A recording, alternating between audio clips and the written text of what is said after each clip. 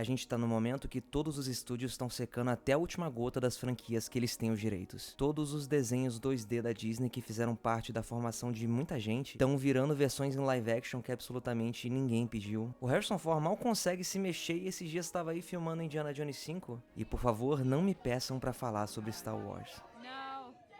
No! Please no. Please no.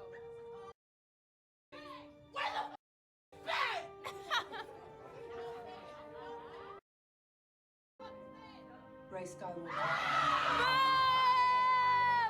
Em meio a esse caos, um filme, ou melhor, uma trilogia, permanece intocada. Isso porque todo mundo sabe que De Volta para o Futuro é, com perdão do superlativo, irretocável. O filme é perfeito, talvez. O roteiro que pode e deve ser estudado por qualquer um que se interesse em escrever uma história que empolgue e envolva. O elenco talentosíssimo que entregou algumas das performances mais carismáticas da história de Hollywood. A direção e os efeitos sonoros que se sustentam com facilidade até hoje. E todas as pequenas coisinhas que culminaram nesse clássico absoluto dos anos 80. De Volta para o Futuro tem um impacto cultural inacreditável. Todo e qualquer filme popular sobre viagem no tempo tem que fazer pelo menos uma piadinha sobre ele. You destroyed history. Like Eric Stoltz. Okay, why do you keep saying Eric Stoltz? Eric Stoltz and Marty McFly. What? First of all, that's horrible. It's Thanos. And secondly, time doesn't work that way. Changing the past doesn't change the future. So Back to the Future is a bunch of bullshit?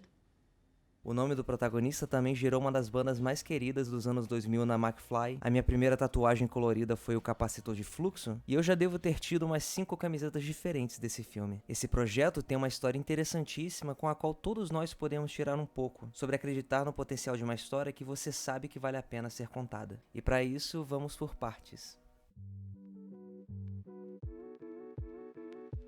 Vamos fingir por um momento que estamos em 1985 e você acabou de entrar no cinema para assistir um filme chamado De Volta para o Futuro. Sem múltiplos trailers analisados por um monte de cara chato no YouTube. Só o título e o pôster na sua cabeça. Começa então o filme, que abre numa casa estranha que tem dezenas de relógios e máquinas para ativar a cafeteira e pôr comida para o cachorro, mas que claramente ninguém passa ali faz um tempo. O noticiário da TV usado como exposição fala que houve um roubo de plutônio na cidade e a câmera baixa para começar o que é ao mesmo tempo uma das melhores introduções de protagonista do cinema e a melhor propaganda que a Nike já teve em qualquer lugar.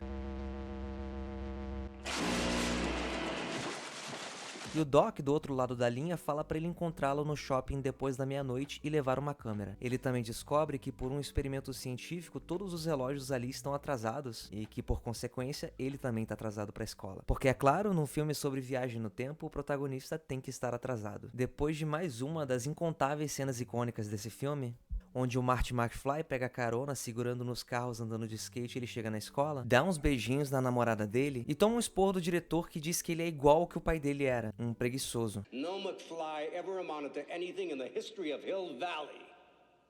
Nesse dia também rola a audição de bandas na escola, na qual ele tem que ouvir que eles são barulhentos demais. Desabafando com a gatinha, ele fala que tem muito medo da rejeição. Tem o beijo interrompido por uma senhora pedindo doações em prol do relógio na cidade, que tá quebrado há 30 anos por causa de um raio, e ela anota o telefone dela atrás do panfleto informativo sobre o mesmo. Eu amo muito o quanto esse filme é completamente amarradinho. E eu sei que eu tô detalhando muito mais do que o normal o começo do filme, mas é importante pro resto do vídeo porque uma das maiores qualidades desse roteiro é a forma que muita coisa é plantada no primeiro arco, seja elementos da trama, easter eggs ou piadas que vão ter a punchline lá pra metade do filme. Então, voltando, ele chega em casa e vê a pior coisa que poderia acontecer com ele. O carro do pai dele, com o qual ele contava pra poder curtir um final de semana com a namorada, tá destruído. O culpado? O chefe do pai dele, o Biff, que por acaso também é o bully que o acompanha desde o ensino médio. A gente assiste junto do Marty, o pai dele sendo completamente intimidado por esse cara otário, que ainda dá a entender que quer pegar a mãe dele. Say hi to your mom for me. No jantar é estabelecido também o quanto todos os integrantes dessa família são mortos por dentro, e o filme é bem claro sobre o que nós devemos sentir, que o Marty tá cercado de fracassados. A mãe dele reclama que a namorada ligou porque as meninas não devem ir atrás dos garotos, até porque ela mesma sempre foi uma menina muito direita. Jesus, you smoke too? Depois disso, o resto tá muito no inconsciente coletivo. O Marty acorda de madrugada para encontrar o Doc, que também tem uma introdução de personagem fantástica e revela para ele que esse carro estranhíssimo é uma máquina do tempo que funciona de verdade. Normalmente eu diria que é aqui que o filme finalmente começa, mas esse é um daqueles que desde o primeiro frame eu já tô completamente focado, independente de quantas vezes eu assista. O plutônio previamente mencionado tinha sido roubado por terroristas que queriam que o Doc fizesse uma bomba para eles, mas ele entregou uma com peças de pinball no lugar. Isso é relevante porque eles aparecem putos da vida numa Kombi atirando em tudo, e o Marty tem que assistir o amigo dele ser alvejado e já entrar no carro e acelerar pra fugir. O que acontece é que antes, por nostalgia, o Doc tava falando de uma data específica em 1985, a noite na qual ele teve a ideia do capacitor de fluxo. Essa data tava no painel da máquina e ao bater a velocidade de 88 milhas por hora, ou 141 km se você é o resto do mundo que usa sistema métrico, a viagem no tempo é ativada.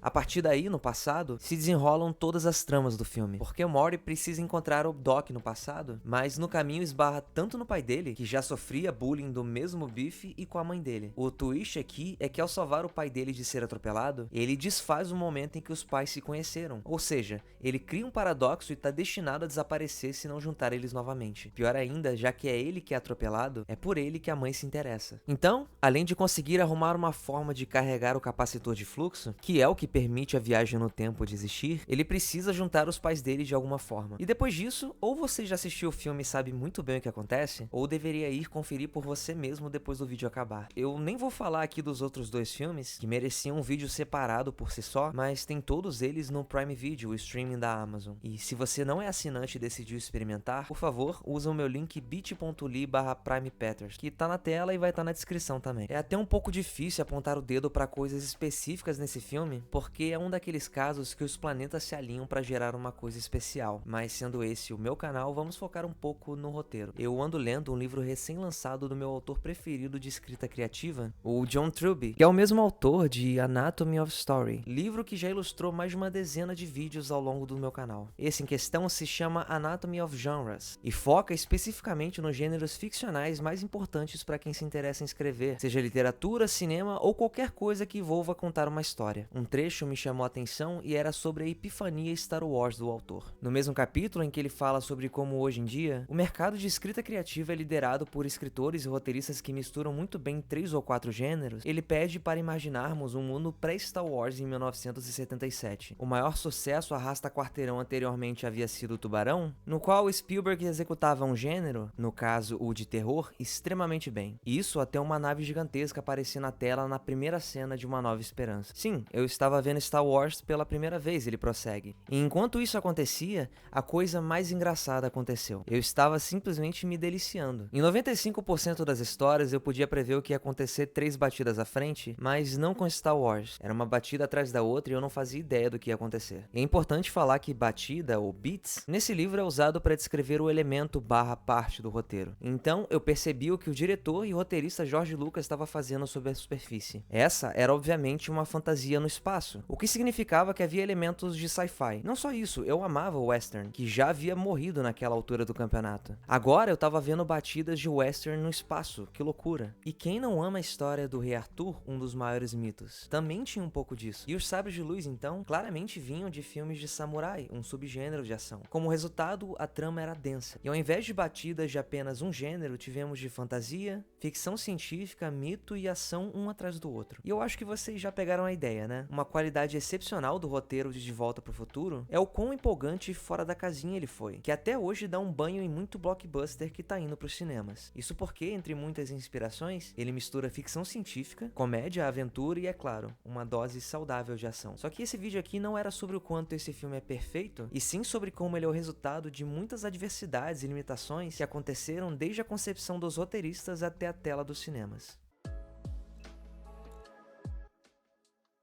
No começo do vídeo eu mostrei a piadinha do filme do Flash, o qual eu nem vou perder tempo dissertando se achei bom ou ruim, onde eles brincam que pelo Barry Allen ter voltado no tempo e alterado a morte da mãe dele, algumas coisas estão meio diferentes. A principal delas é que agora o Marty McFly foi interpretado pelo Eric Stoltz. Na vida real isso quase aconteceu mesmo. Não somente ele chegou a ser escalado, mas eles chegaram a gravar diversas cenas com ele até trocar no meio das gravações pelo Michael J. Fox. A história completa é que eles queriam o Michael desde o início, mas ele fazia Cassidy com caras e caretas e não foi liberado pela emissora. Eles se contentaram com Eric, inclusive tem umas histórias muito engraçadas, tipo de quando todos eles leram juntos o roteiro na mesa dos atores, e ao término ele ficou sério e disse que era um final muito triste. Todo mundo olhou surpreso e ele continuou: Marty, everyone that he knows, remembers a life that he didn't live. You know, he has to live the rest of his life pretending to be someone that he's not. Depois de filmarem um monte de coisa, eles demitiram o Eric e tentaram ir atrás do Michael J. Fox novamente. E dessa vez ele fez questão de aceitar, mas só ia conseguir gravar de madrugada. O diretor Robert Zemeckis, que também fez Forrest Gump e O Incrível Contato, teve que usar muita criatividade para compor essas cenas e usar o tempo que eles tinham sem o ator principal, reutilizando e remontando várias cenas. Um bom exemplo são as fagulhas do skate que foram adicionadas, porque essa cena já tinha ido para montagem antes e faltava algo assim. Indo um pouco mais para trás que isso, a pré-produção já foi uma dificuldade. O roteiro é do Robert Zemeckis e do Bob Gale, que foi quem teve a visão de uma comédia sobre um adolescente que voltava no tempo e interagia com os pais na própria escola. Esse roteiro, depois de ter sido negado por vários estúdios, foi adquirido pela Columbia, mas eles não queriam dar o sinal verde. Foi só depois do inesperado sucesso do Zemeckis em Tudo por uma Esmeralda que eles acreditaram nessa história. Depois de uns desenrolos burocráticos, a Universal comprou de volta esse roteiro e finalmente deu partida no projeto. Foi aí então que rolou a confusão com o ator principal. Inclusive, desculpa por ter invertido a ordem cronológica desses acontecimentos, eu só fui mesmo pela ordem que fazia sentido no roteiro do vídeo. Mas eu acho que o principal de tudo que eu quero dizer aqui é a cena clímax do filme, na qual, para voltar no tempo, eles precisam gerar 1.21 gigawatts. 1.21 gigawatts.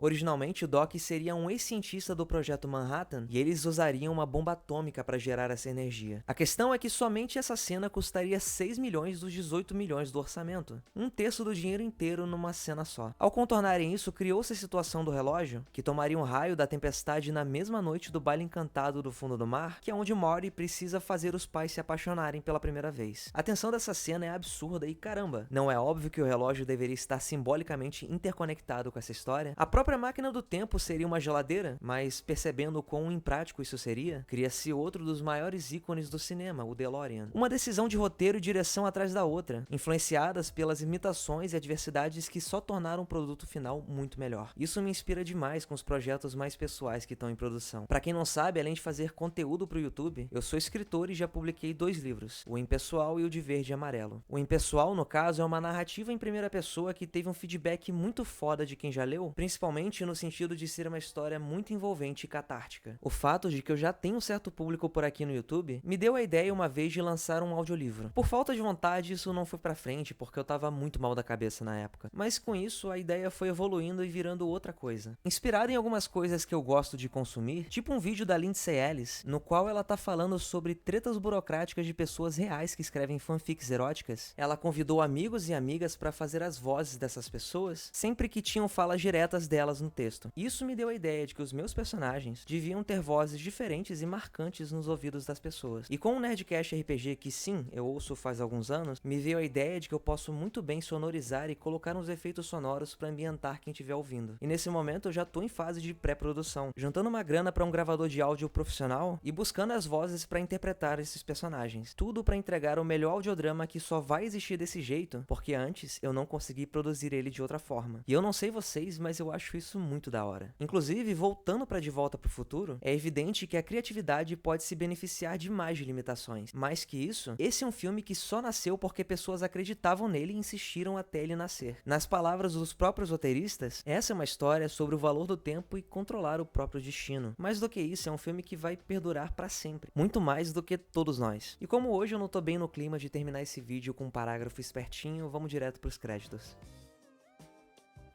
Oi, Felipe aqui, e se esse é o meu primeiro vídeo que você assiste, se inscreve aí, deixa um like, fica com a gente, é bem maneiro aqui. E você que se interessou nos meus livros, saiba que comprando uma cópia comigo vai me ajudar demais a continuar produzindo. E para adquirir, é só mandar uma mensagem via DM do Insta, Twitter ou por e-mail mesmo. Tudo isso vai estar na tela e na descrição. E mesmo que você não queira comprar, me segue lá, não custa nada e me ajuda demais. E é basicamente isso, até o próximo vídeo que vem bem mais cedo do que vocês imaginam. Tchau!